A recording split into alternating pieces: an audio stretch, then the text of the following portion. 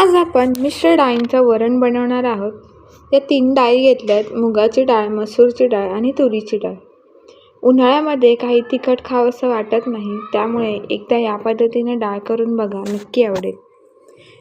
इथे मी डाळीमध्ये पाणी घालून डाळ डायरेक्ट कुकरला शिजत घातली होती. 3 शिट्ट्या झाल्यानंतर डाळ मखमखीत शिजते व्यवस्थित.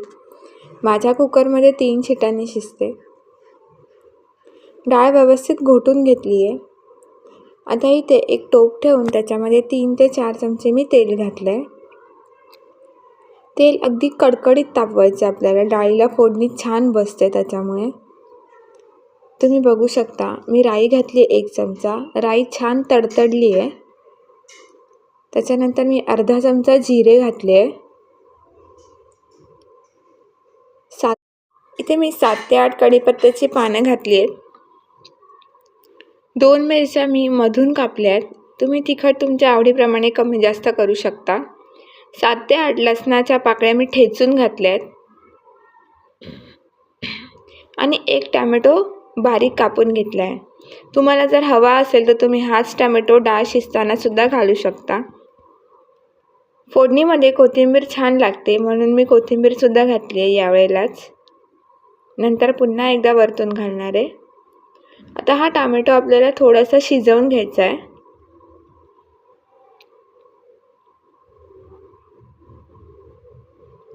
एक अर्धा मिनिट असं परतून घेते.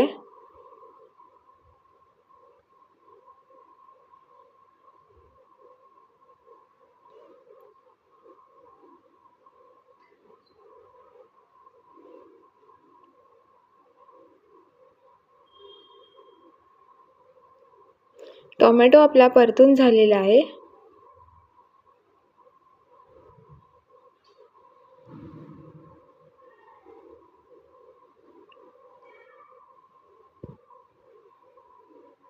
आता यावेळेला मी याच्यामध्ये अर्धा चमचा हळद घातली आहे.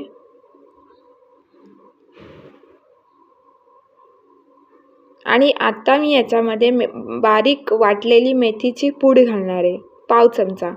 मेथीची पूड एकदा नक्की घालून बघा डाळीमध्ये, खूप छान चव येते डाळीला, काहीतरी वेगळं. डाळीचं थोडंसं वरचं पाणी घेऊन मी याच्यामध्ये घातलं आहे आणि व्यवस्थित पुन्हा एकदा मिक्स केलं आहे. आता आपण जी शिजवलेली डाळ होती ती घालूया. आणि आता जे डाळ शिजवलेलं पाणी असतं ते सुद्धा मी याच्यात घातलं आहे. डाळीच्या भांड्यामध्ये व्यवस्थित पाणी घालून ते व्यवस्थित मिक्स करून घेतलं आणि ते सुद्धा मी याच्यात घातलं आहे नंतर. आता इथे पातळ आणि घट्ट तुम्ही तुमच्या आवडीनुसार कमी जास्त पाणी ओतू शकता.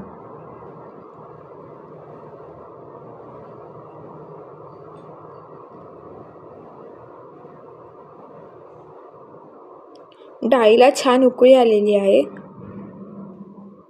आता ही डाळ आपल्याला अजून 5 ते 7 मिनिटं व्यवस्थित शिजवून घ्यायची आहे, म्हणजे डाळ व्यवस्थित मिक्स होते आणि त्याचा एकसंधापणा येतो. तुम्ही बघू शकता डाळ व्यवस्थित शिजली आहे. चवीपुरतं मीठ घातलं आहे. आता हे आपण सर्व करून घेऊया. व्हिडिओ आवडल्यास व्हिडिओला लाईक नक्की करा, शेअर करा, सबस्क्राईब करा.